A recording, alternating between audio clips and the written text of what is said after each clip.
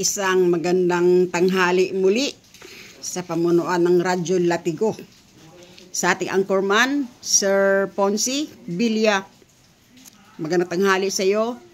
Ganoon na rin sa mga libo-libo nga nagasubaybay ng programa sa Radyo Latigo. Sa ating oras, in punto alas 12, andito na naman tayo sa ating 30 minuto na paghatid ng napakagandang balita sa mga Pilipino. Isang handog na benepisyo para sa iyo, para sa kinabukasan ng mga anak mo, para sa mga susunod na lahing Pilipino.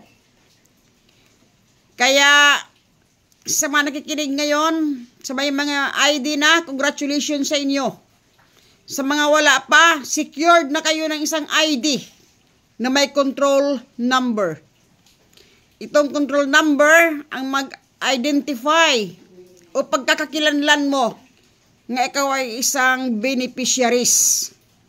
At ayon sa ating natalakay na sa mga nakaraan, nga mga oras, mga nakaraang linggo, nga itong ating ID ay preparasyon lamang.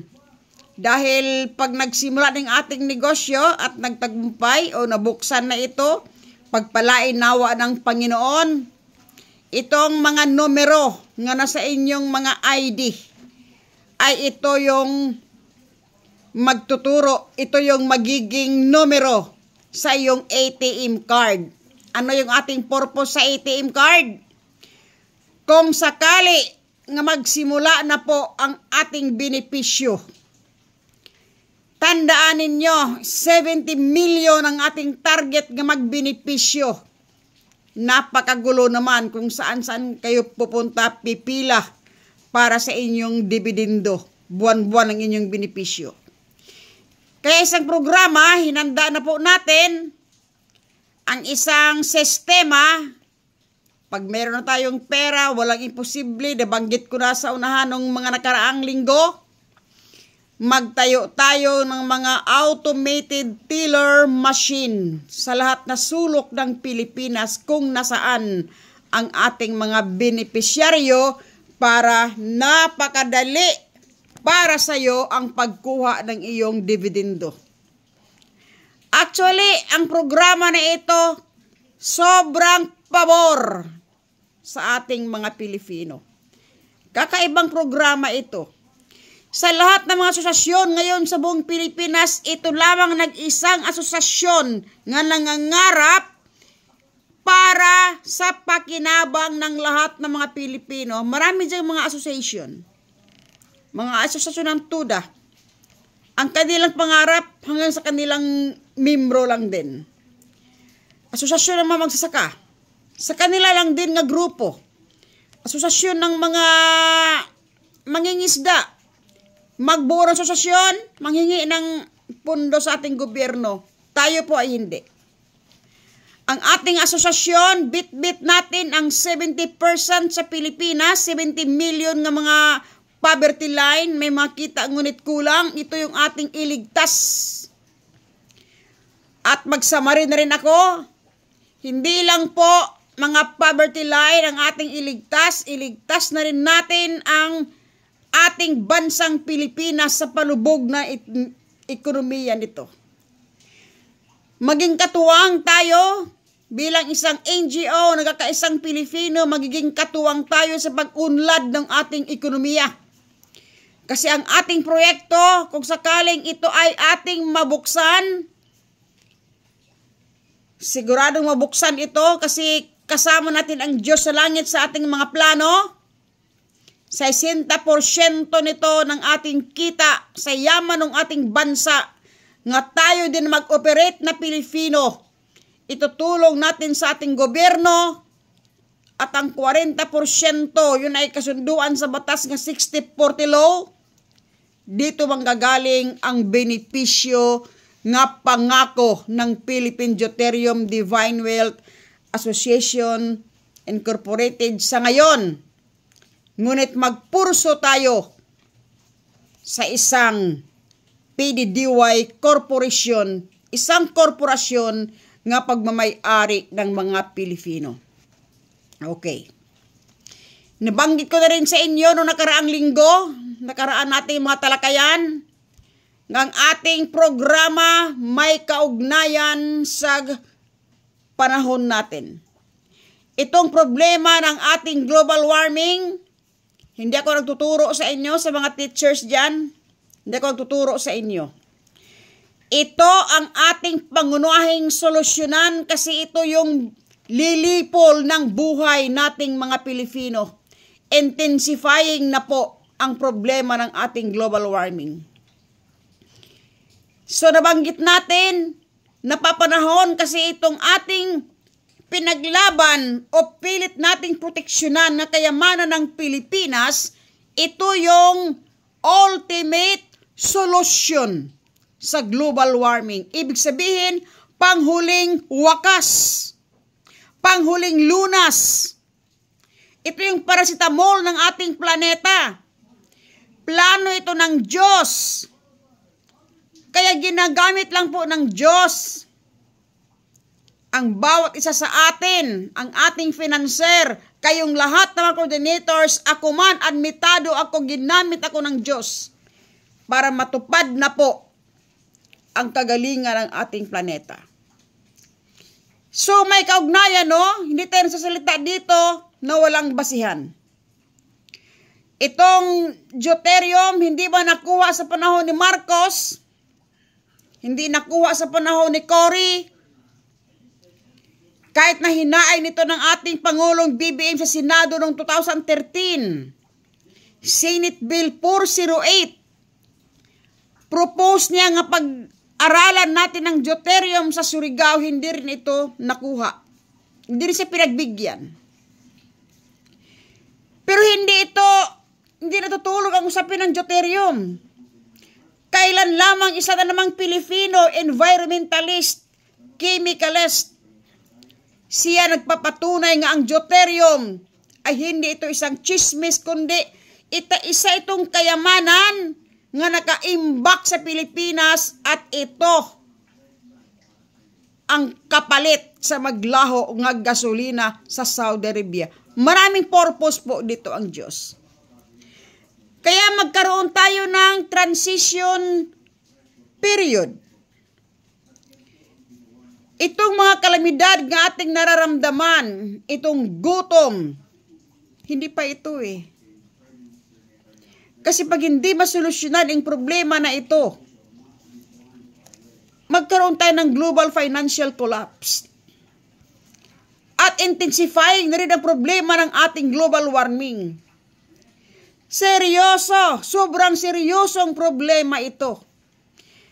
Kaya ang programa ng PDDY o Philippine Deuterium Divine Wealth Association Incorporated, napapanahon, nilatad ng Diyos ang programa na ito. Bakit po? Malaki ang papel na gagampanan ng Pilipino sa pagbabago ng enerhiya ng ating planeta.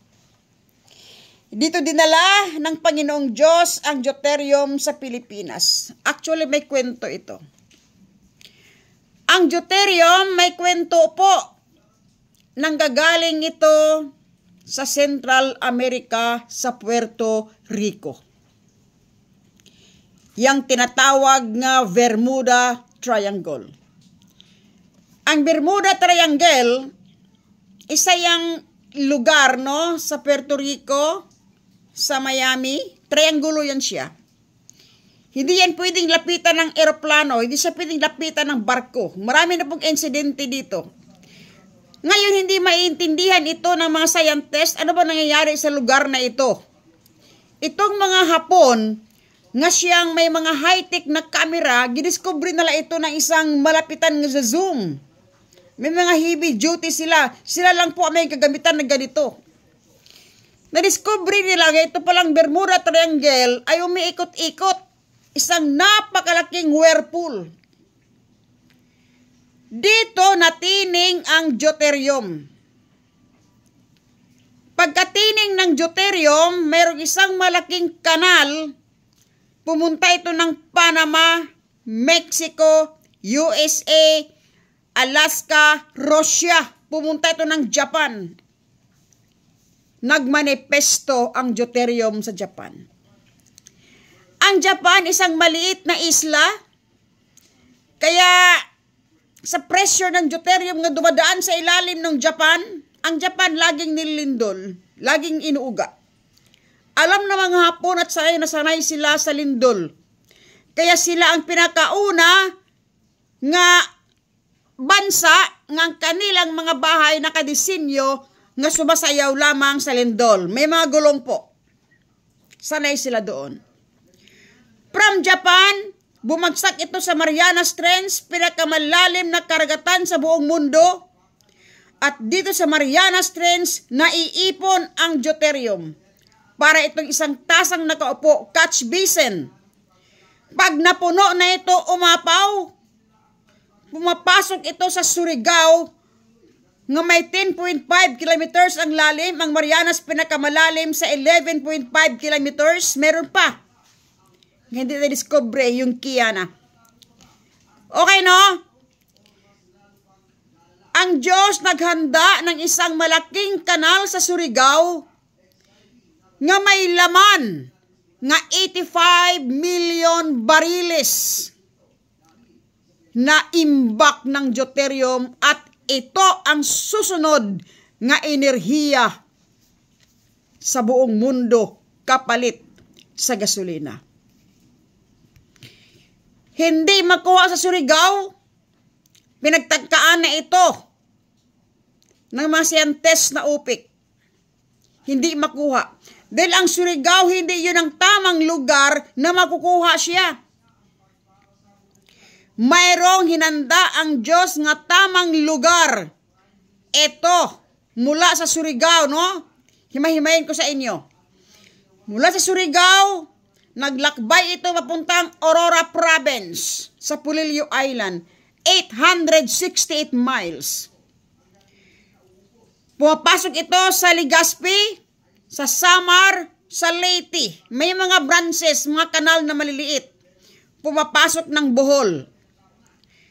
Dito sa Bohol, nagmilagro ang Diyos. Ang mensahe dumating sa isang tao sa Dapitan City, Zamboanga del Norte, nga ang Bohol, bubuksan ng Diyos ng 12 kilometers nga lalim ng butas para magbigay daan sa deuterium para sa kanyang tamang destinasyon. Nabuksan ang deuterium, hinuhula niya ito buwan ng Mayo, pagkabuwan ng Oktobre 15, 2013, alas 8 ng umaga, niyanig ang Bohol ng lindol nga 7.2 magnitude. Pagkatapos ng lindol sa Bohol, bumungad ang isang nabiyak na Bohol, napakahabat, napakalaking butas. Pinuntahan ang P-box, sinusukat ang butas. 12 kilometers ang lalim, insakto sa kung anong sinasabi ng Panginoong Diyos sa kanyang mensahe sa isang tao sa Dapitan City, Zamboanga del Norte. Ano ang meron sa pagkabutas ng Bohol na mas malalim pa kaysa Marianas Trench? Ganito lamang. Ang deuterium isa siyang heavy water. Tubig na walang oxygen, mabigat.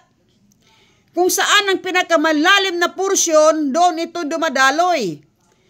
Kaya dumadaloy ang deuterium pagkabutas ng Bohol, dumadaloy ang deuterium, pumapasok ito sa Siquijor, Region 7, pumapasok, tumagos hanggang Dapitan City. Ano ang mayroon sa Dapitan City? Shrine City.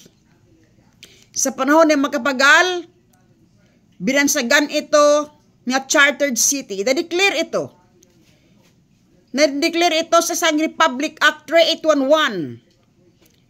By the virtue of Republic Act 3811, naging chartered city.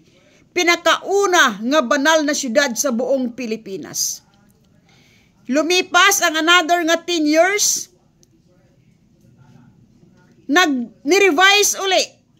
January, buwan ng January sa panahon ni Marcos, isang Presidential Decree 105 pinirmahan ni Pangulong Marcos ngang Dapitan City ay Shrine City. Nakadisenyo po ito. Sa Dapitan City, maaari siyang makuha. Ito kasi ang senaryo Ba't hindi siya makuha sa Surigao? Sa Surigao, hindi makuha, nagmarka sa kasaysayan, kasi ang pressure noon, 14,000 PSI, ayon sa pagdiscovery ng mga scientist. Hindi kaya kasi walang bakal nga kayang i-resist ang 14,000 PSI pressure sa karagatan ng Surigao. Kaya ito yung dahilan nga failure ang operasyon ng mga Amerikano sa panahon ni Cory. So, pressure ang dahilan. Ito ang senaryo.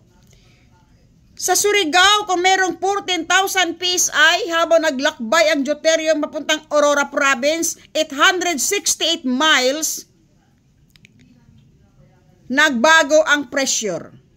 Kung 14,000 sa Surigao, sa Aurora, hindi na po 14,000. Naghumina.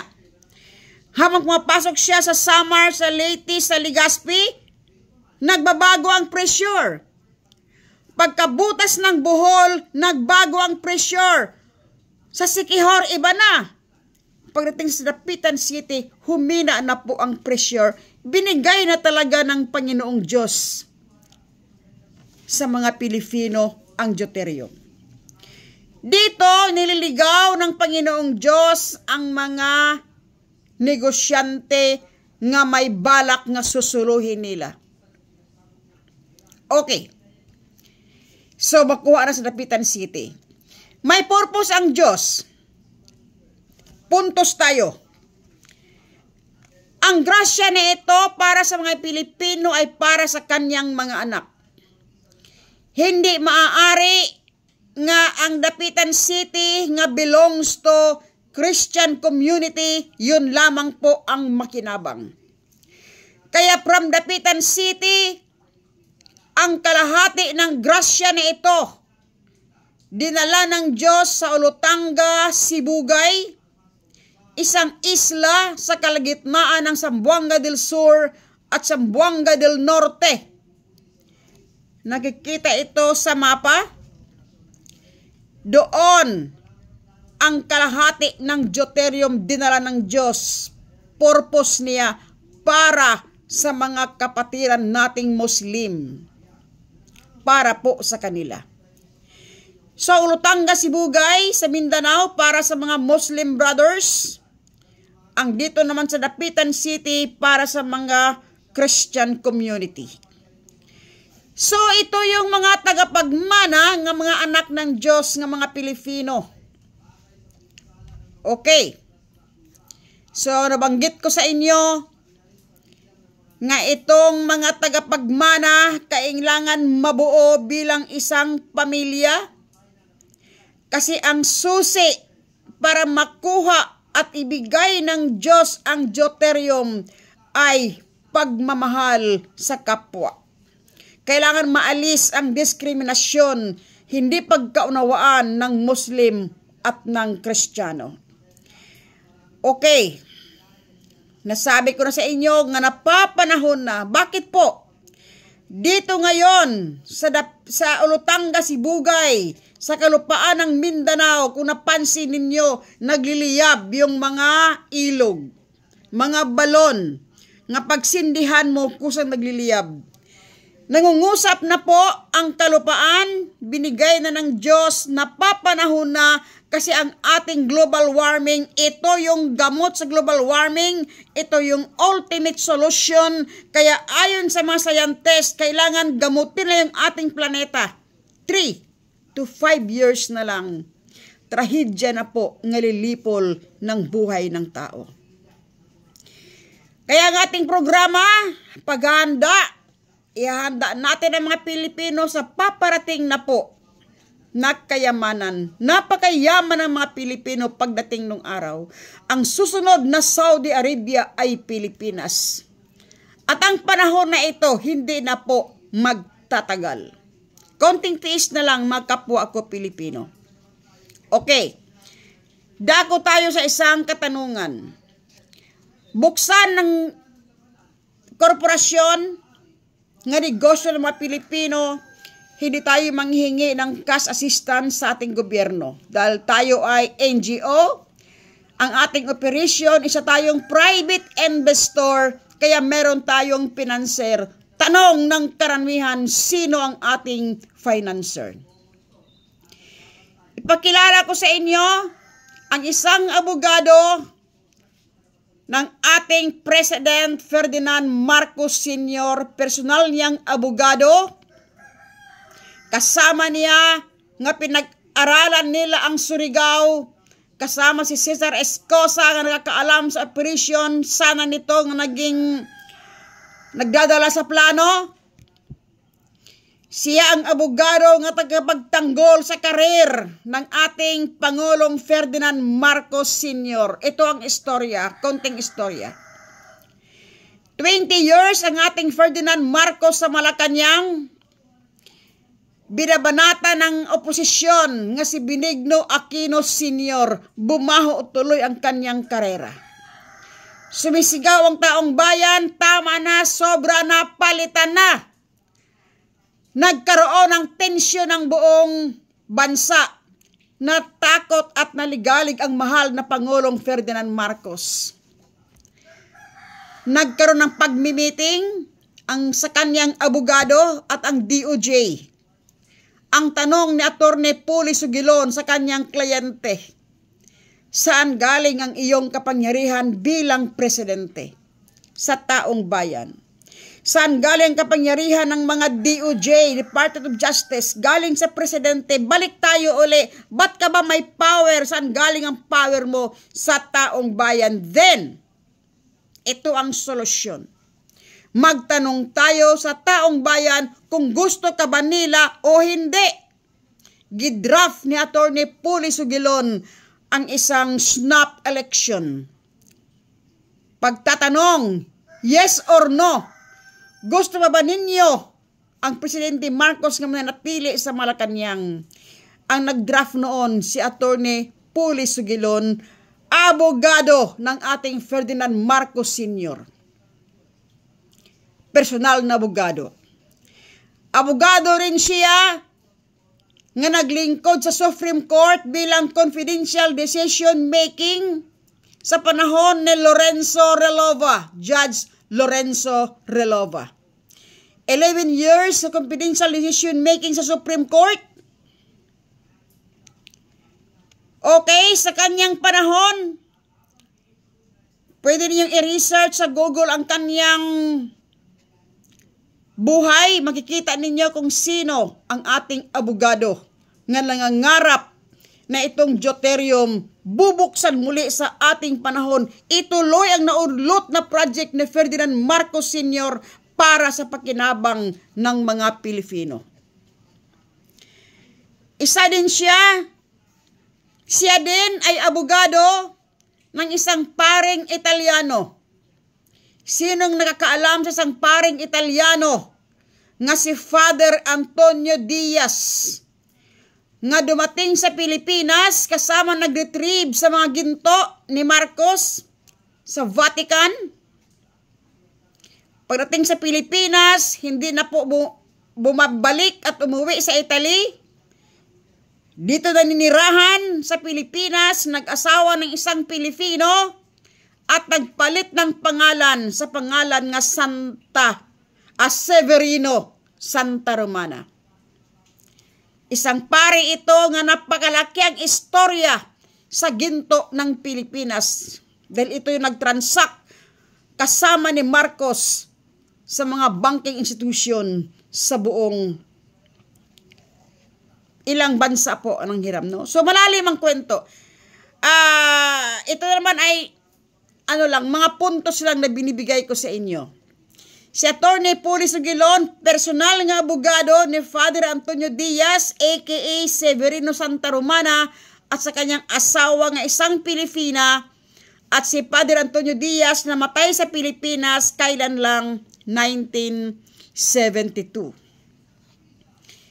May istorya, no? Mahaba ang istorya nito.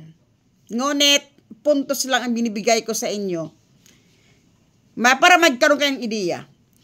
Hindi man kasama sa mga listahan ng mga mayayaman nga tao sa buong Pilipinas, ngunit sa kanyang karera bilang matinik na abogado, nakaipon ng sapat na halaga para tustusan ang nakaambang private investor na hydrogen gas sa Pilipinas. Sapat ba ang kanyang pondo? Ang operation ng deuterium hindi na po sa Surigao. Kaya hindi na po kailangan ng trilyones tulad ng sinasabi ng iba sa panahon ng mga sayantist na UPIC noong 1987 sa panahon ni Cory. Mababaw ng Dapitan City, kaya hindi na kailangan ng trilyones. Lalo na doon sa Olotanga, Sibugay, napakababaw na halos walang pressure. Sumingaw sa mga kalupaan, kaya hindi na po kailangan ng dolyares at trilyones. Sapat na siguro ang kanyang mukha at kanyang ID nga nilagay sa mukha niya at ang kanyang perma, kredibilidad ng kanyang pagkatao, inilagay niya sa ating ID, back up. Ibig sabihin, sapat ang kanyang kakayahan para tustusan ang kanyang pangako para sa mga Pilipino. May balita ko sa inyo, ang abogado ng legal counsel ng PDDY actually namatay noong June 5, 2024, alas 11 ng gabi.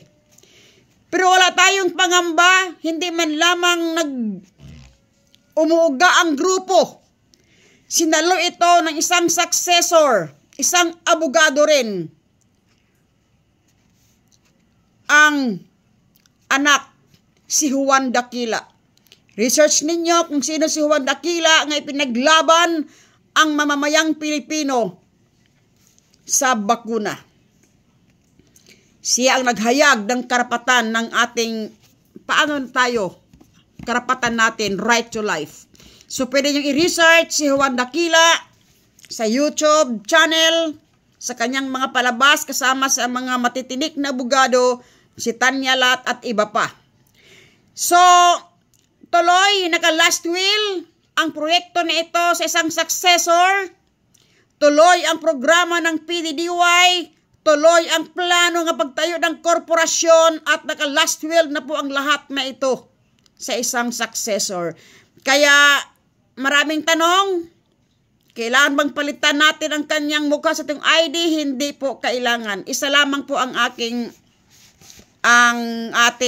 ehemplo dito. Si Cory Aquino ba, yung pera nga nagawa sa panahon ni Cory Aquino, sa kanyang pagkamatay, hindi na ba pwedeng gagamitin? So, advokasya lamang itong hinain ng abogado, tuloy ang programa ng PDDY. Maraming salamat po. Hanggang dito na lang. So, secure na kayo ng ID. Sa mga wala pa, mag-secure na po. Huwag kalimutan, si Ate Dina, maraming salamat.